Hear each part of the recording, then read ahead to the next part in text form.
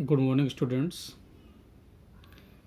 आज हम लोग डिस्क्रीट मैथमेटिक्स में फ्यूजन ऑफ वर्टिसेस टॉपिक पढ़ेंगे। Okay, a pair of vertices A B in a graph are said to be fused, or we can say merged, if the two vertices are replaced by a single new vertex such that every edge that was incident on either A or vertex B or on both is incident on the new vertex. Okay, thus fusion of two vertices doesn't alter the number of edges, but it reduces the number of vertices by 1. Okay students, this is the process of fusion of vertices, means जो graph के अंदर एक pair of vertices है उसको fused या merged हम जब बोलेंगे जब दो वर्टिसेस को एक सिंगल वर्टिस के थ्रू हम रिप्लेस कर दें।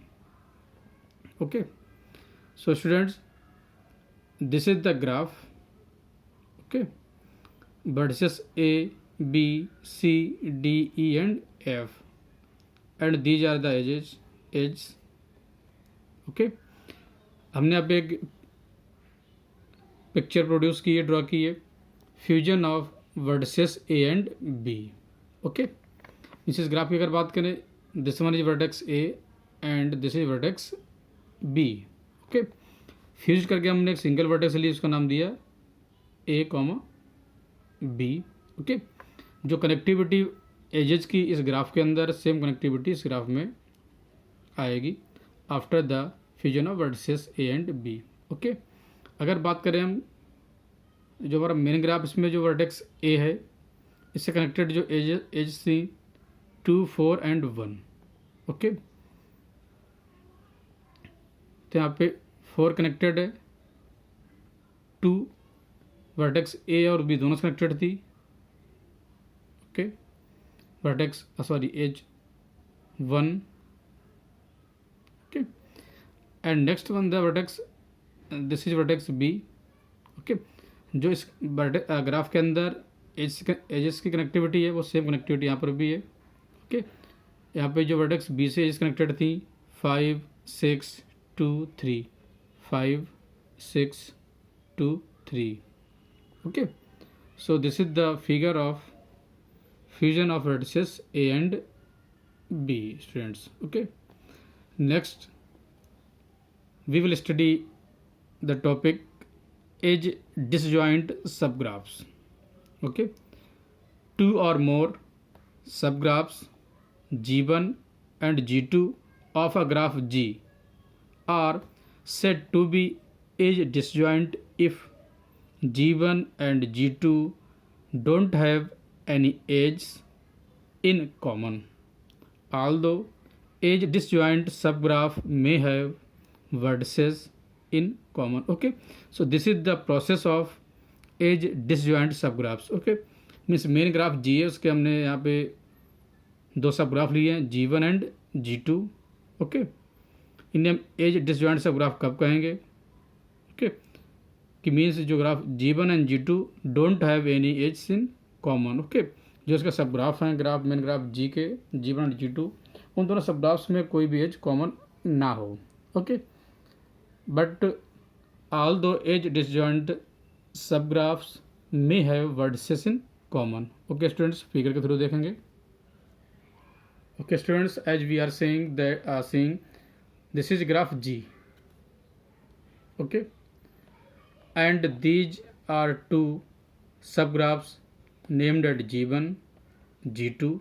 Okay, and these two subgraphs G1 and G2 are edge disjoint subgraphs because these two subgraphs don't have any edges in common. Okay, अगर इस ग्राफ की बात करें सब ग्राफ G1 की, जो इसमें एज है 1, 4, 2, 3।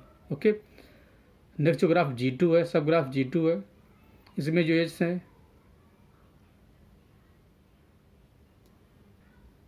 ओके, जो सब ग्राफ G1 है, दिस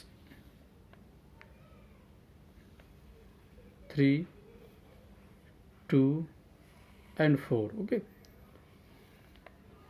ये पोर्शन है मेन ग्राफ G1 का, सॉरी मेन ग्राफ G का, दिस इज सब ग्राफ G1 एंड G2 में सब ग्राफ ने लिया हुआ दिस एंड दिस।